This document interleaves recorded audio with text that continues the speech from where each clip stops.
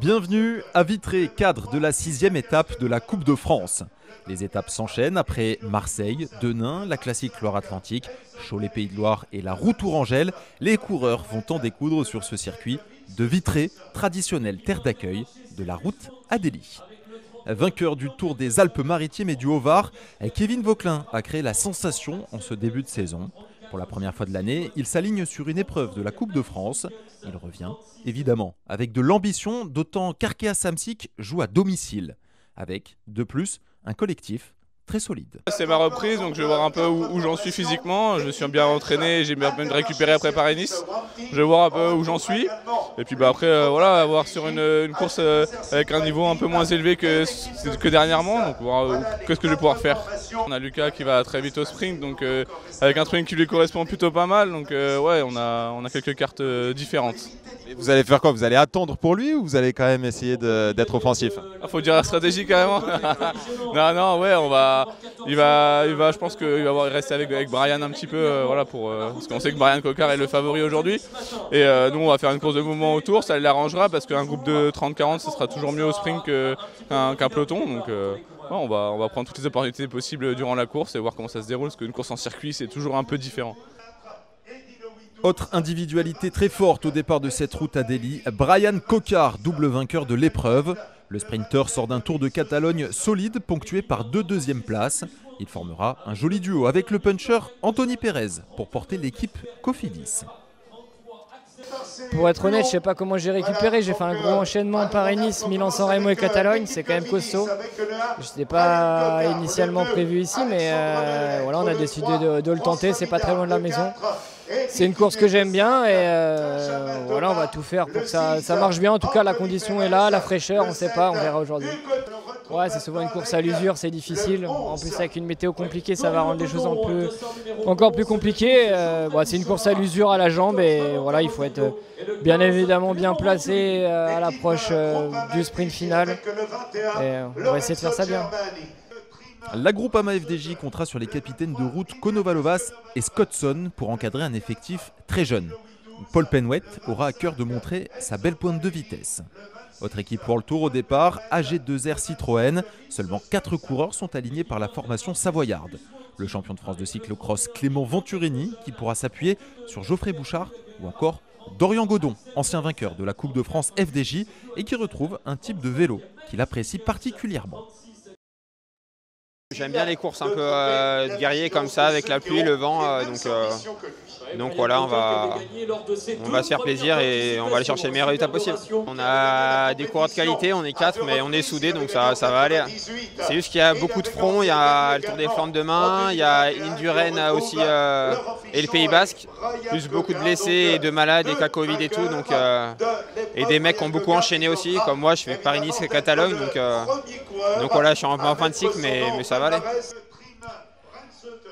Les Belges d'Intermarché Circus Wanty se présentent avec de très fortes individualités. Les punchers Dion Smith ou Lilian Calmejane pour essayer de dynamiter la course. Le Français n'a plus levé les bras depuis 2019 et souhaite évidemment renouer avec le succès. Cette année, voilà, j'ai retrouvé le niveau pour gagner des courses. Aujourd'hui, c'est une bonne occasion. C'est pas une occasion facile.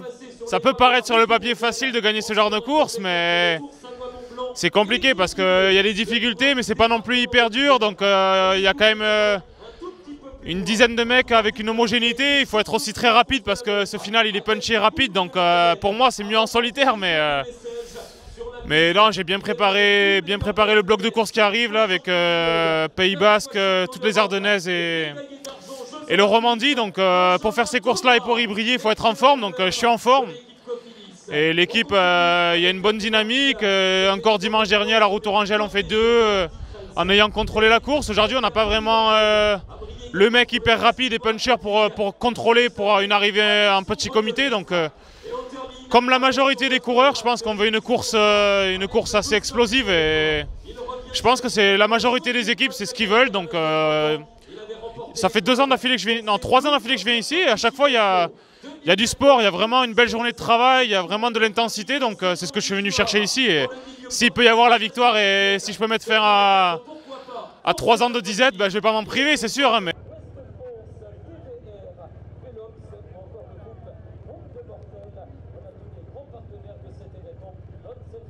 À midi précise, le départ est donné. Au programme de la 27e édition de l'épreuve, 197 km 800 répartis sur 2 boucles. La recette Vitraine est toujours la même, un premier circuit long de 21 km 100 qui sera à parcourir 6 fois. S'enchaîneront ensuite 8 boucles d'un circuit raccourci long de 8 km 900, permettant très souvent à certaines formations de dynamiter la course et empêcher une arrivée massive. Une arrivée qui sera d'ailleurs jugée rue de Brest au terme de 300 derniers mètres en légère montée, ce qui offre un sprint explosif chaque année. 123 coureurs au départ répartis en 18 équipes, 9 équipes tricolores dont les 4 World Tour et 9 équipes étrangères avec la présence hétéroclite des Belges d'Intermarché Wanty Circus, mais aussi des Néo-Zélandais de Bolton Equities ou encore les Allemands de Maloja Pushbiker.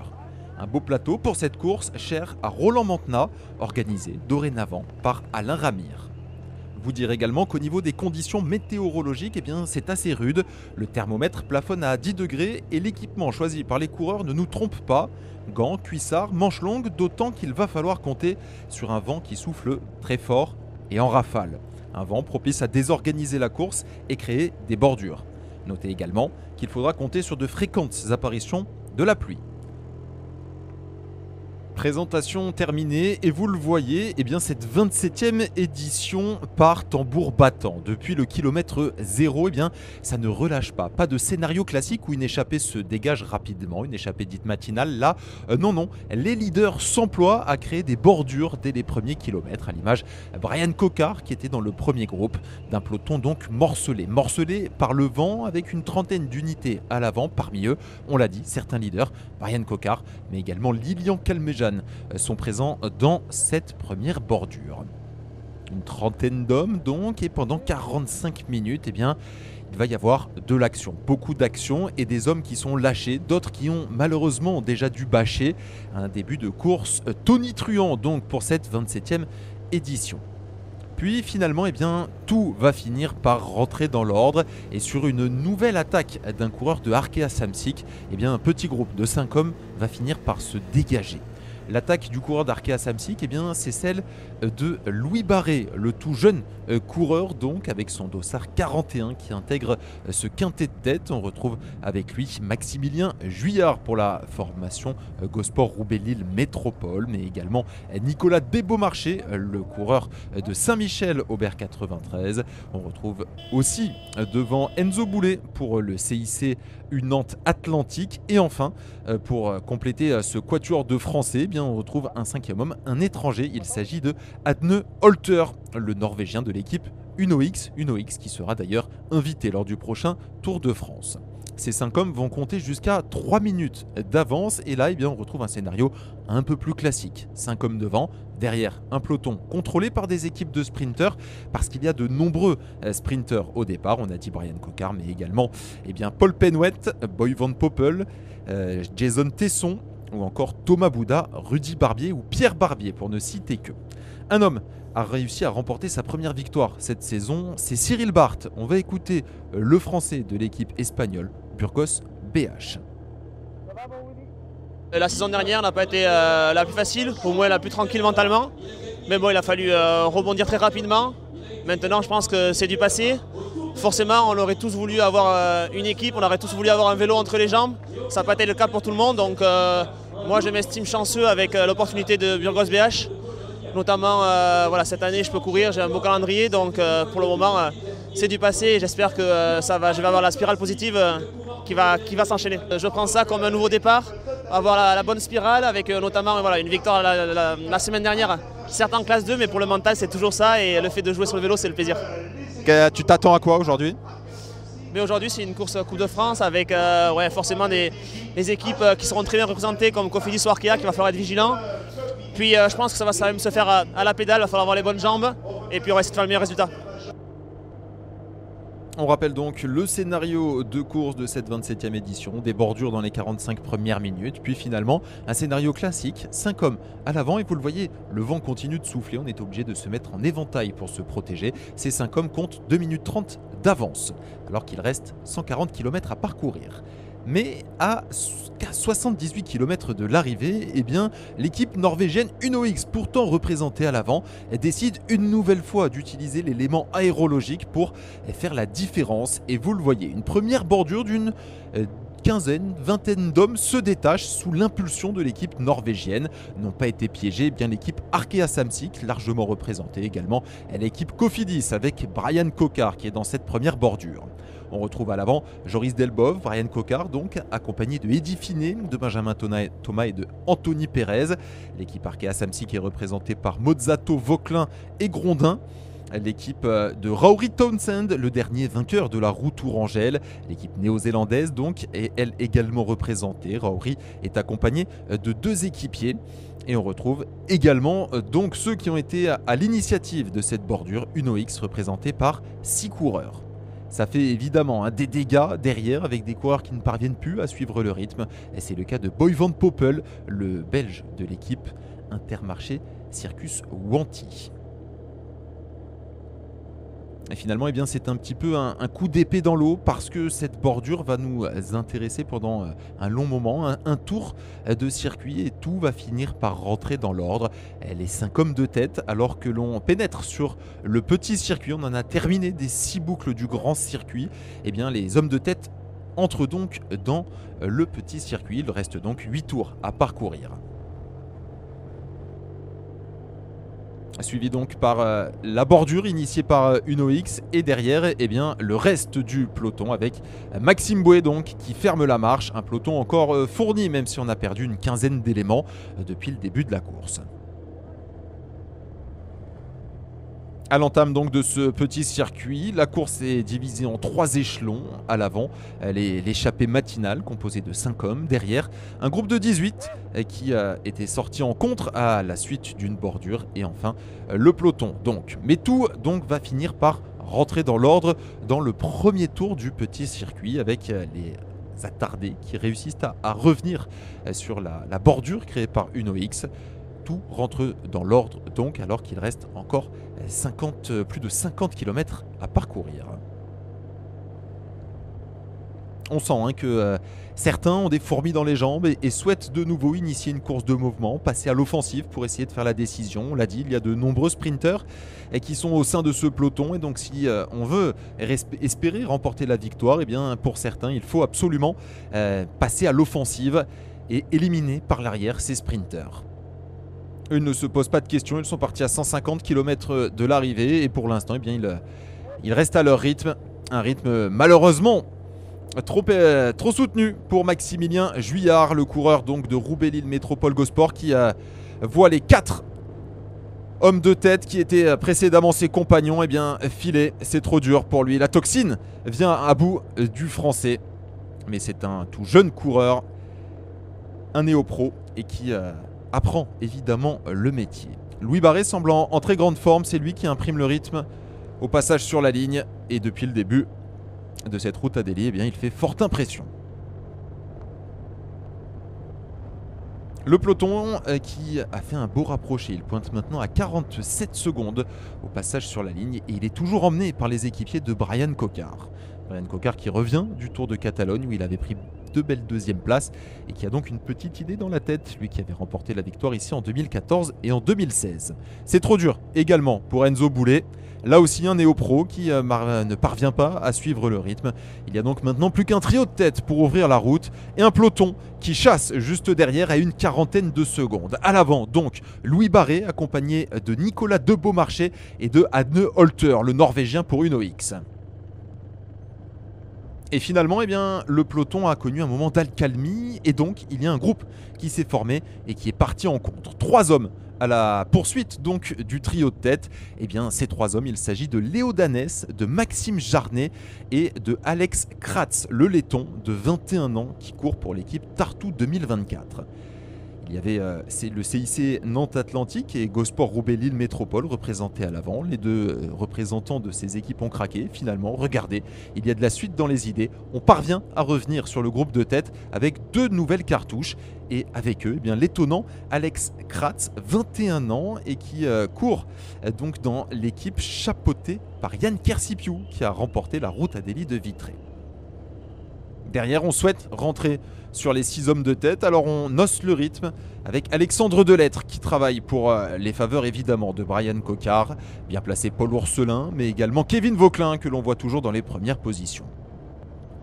Et ça fait des dégâts à l'arrière. Trop dur pour Hugo Tomir, trop dur également pour Rory Townsend, le champion d'Irlande, ne remportera pas une deuxième manche de la Coupe de France FDJ cette saison. Les 6 hommes de tête donc qui passent une nouvelle fois sur la ligne d'arrivée, ça va nous permettre de faire un pointage et de constater bien que leur avance reste autour de 40 secondes avec un peloton qui maigrit de plus en plus et qui est donc emmené par Cofidis, puis par l'équipe Arkea Samsic. Maxime Bouet a enclenché et derrière Kevin Vauquelin profite des pourcentages de la côte de la Chenelière pour essayer de faire la différence et on voit que le tout jeune français qui était en très grande condition en début de saison, eh bien confirme, il fait mal à tout le monde. On est en file derrière Kevin Vauquelin. Anthony Pérez fait l'effort pour revenir. Brian Coquard dans sa roue. Kevin Vauquelin en remet une couche. Et derrière, il y a ses équipiers qui suivent avec notamment Luca Mozzato ou encore Laurent Pichon. Laurent Pichon, ancien vainqueur également de la Ruta Delhi. Kevin Vauquelin qui force. Et Anthony Pérez qui est obligé de se garer. Brian Coquard qui tente de rester dans la roue de Kevin Vauquelin. Décidément très en forme en ce début de saison. Derrière, on voit que Laurent Pichon est au rupteur. C'est dur également pour Luca Mozzato. Il y a un coureur de Uno X qui s'accroche. Un petit trou est en train de se faire avec un équipier de Brian Coquard qui craque. Le peloton est un petit peu plus loin. On essaye de réagir, mais c'est un peu tard pour AG2R Citroën. 6 hommes en tête. Kevin Vauquelin derrière qui essaye de tout faire exploser. Et qui va, semble-t-il, y parvenir parce que là, il y a eu des cassures, des différences. Finalement, ils ne sont que 2 à pouvoir suivre Kevin Vauquelin. On retrouve à l'avant Brian Coquard et également un tout jeune Norvégien de 26 ans. Il s'agit de Fredrik Dvernes. Ils sont donc 3 à avoir pris quelques longueurs d'avance sur un peloton qui a du mal à s'organiser derrière parce que les équipes les plus offensives ont réussi à mettre une carte devant depuis le début. On a vu Uno X et Arkea Samsic occuper les premières positions, également Cofidis. Eh bien, ces 3 équipes sont récompensées parce qu'ils ont réussi à mettre leur meilleure carte à l'avant et ces 3-là ont réussi à rejoindre les 6 hommes qui ouvraient la route. Il y a donc maintenant un groupe de 9 qui est en tête. Et derrière, Paul Ourselin essaye de réagir pour Valentin Ferron, peut-être pour également Jason Tesson s'il est toujours au sein d'un peloton qui est de plus en plus maigre. Une courte avance, une quinzaine de secondes seulement d'avance pour les 9 hommes de tête. On retrouve à l'avant donc 2 équipiers de Uno X, celui qui est échappé depuis le début, Holter en compagnie donc de Dvernes et avec également 2 équipiers de Arkea Samsic puisque Louis Barré a vu le retour de Kevin Vauquelin. Pour les accompagner, de Beaumarchais, Danès, Jarnet et Krantz. Et l'équipe Arkea Samsic qui a son siège course non loin d'ici, qui souhaite briller à domicile. Et vous le voyez, une vingtaine de secondes d'avance. Et c'est Dorian Godon qui travaille parce que l'on voit qu'au sein de ce qui reste du peloton, eh bien Clément Venturini est bien là, présent. La côte de la Chenelière et c'est trop dur pour Holter qui était présent depuis le début de la journée. C'est trop dur également pour Krast et c'est le moment choisi par Fredrik Dvernes pour accélérer. Il est solide, il est fort le Norvégien de 26 ans et il a pris quelques longueurs d'avance. Derrière, ça se regarde, Brian Coquard ne fait pas l'effort. Kevin Vauquelin est dans l'attente, Louis Barré est également là. Et ils sont donc 4-5 à la suite, à la poursuite du Norvégien qui a pris quelques petites longueurs d'avance. Le bon coup peut-être là réalisé par le Norvégien qui a décidé d'anticiper le sprint parce qu'il se savait battu par Brian Coquard, peut-être sûrement plus rapide que lui. Il a vu également que Kevin Vauquelin était dans de très bonnes dispositions et là eh bien, il a fait l'écart avec une petite dizaine de secondes d'avance. On essaye de collaborer derrière mais on voit eh bien, qu'on est plus proche de se faire reprendre par le peloton que de rentrer sur la tête de course. Allez peut-être, pourquoi pas, avec Louis Barré qui va se sacrifier pour Kevin Vauquelin. Et toujours le petit numéro devant de Dvernes qui a pris quelques longueurs d'avance et qui pour l'instant parvient à les conserver. Le vent qui souffle de face, puis maintenant de côté parce que l'on a fait la boucle Et eh bien, Kevin Vauquelin essaye d'accélérer là dans ce faux plat descendant. Brian Coquard s'arrache pour rester dans la roue de celui qui a remporté le Tour du Haut-Var en début de saison. Mais c'est difficile pour Brian Coquard. Kevin Vauquelin qui en remet, très fort en contre-la-montre et qui le prouve avec une position aérodynamique. Il a quelques longueurs d'avance donc sur le quatuor à sa poursuite. Mais il est lui-même à la poursuite du Norvégien qui est toujours en tête. Il va y avoir un bras de fer, un duel entre Dvernes donc et Kevin Vauquelin, qui semblaient être les deux hommes les plus solides avec Brian Coquard tout à l'heure dans le peloton. Ils ont réussi à rejoindre la tête de course après une accélération franche et décisive de Kevin Vauquelin. Puis il y a une deuxième accélération, celle de Dvernes. Et vous le voyez, eh bien là, la situation de course est très claire. Il y a 4 échelons. Dvernes en tête, Vauquelin à sa poursuite. Derrière un trio qui essaye un quatuor pardon même, qui essaye de rentrer sur Kevin Vauquelin. Et le peloton un petit peu plus loin. Est-ce que Kevin Vauquelin va réussir à rentrer sur le Norvégien de Uno X qui est en tête? C'est toute l'interrogation dans cette fin de 27e édition de Ruta d'Élite Vitré. Et le dernier petit faux plat montant, les derniers légers pourcentages pour essayer de rentrer pour Kevin Vauquelin qui donne tout, qui accélère, mais devant, eh bien on ne craque pas. Le joli numéro, il faut le souligner, de la part de Dvernes qui est toujours en première position. Et là il y a 5 petites secondes, suspense haletant. Maintenant on est dans les rues de Vitré, les 300 derniers mètres qui se profilent, ça sera au bout, au niveau du virage.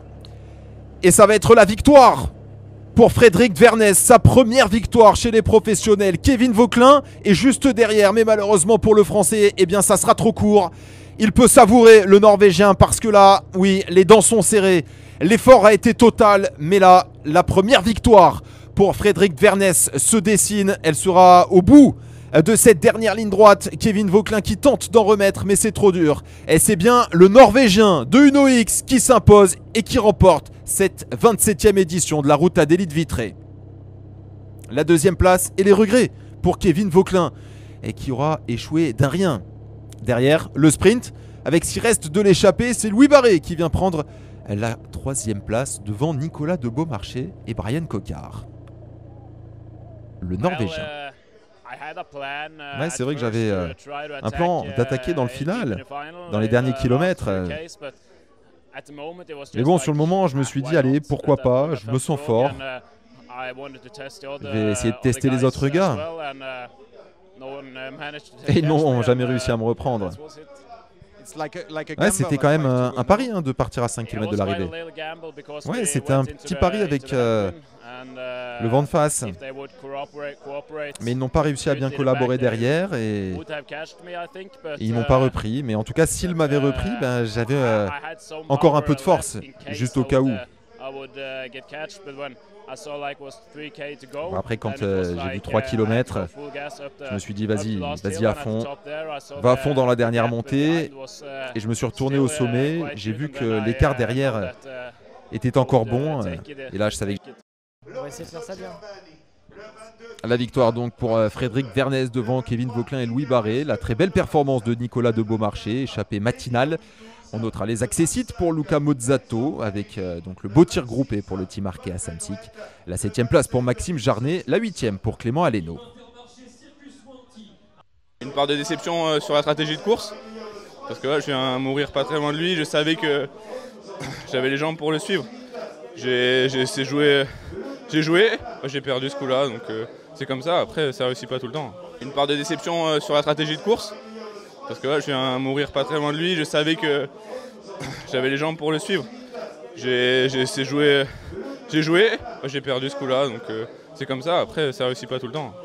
Pas de changement au classement général de la Coupe de France FDJ. Laurens Pitty, après son très beau week-end, 2e à la Classique Loire-Atlantique et vainqueur le lendemain à Cholet-Pays de Loire, conserve la tête avec 85 points.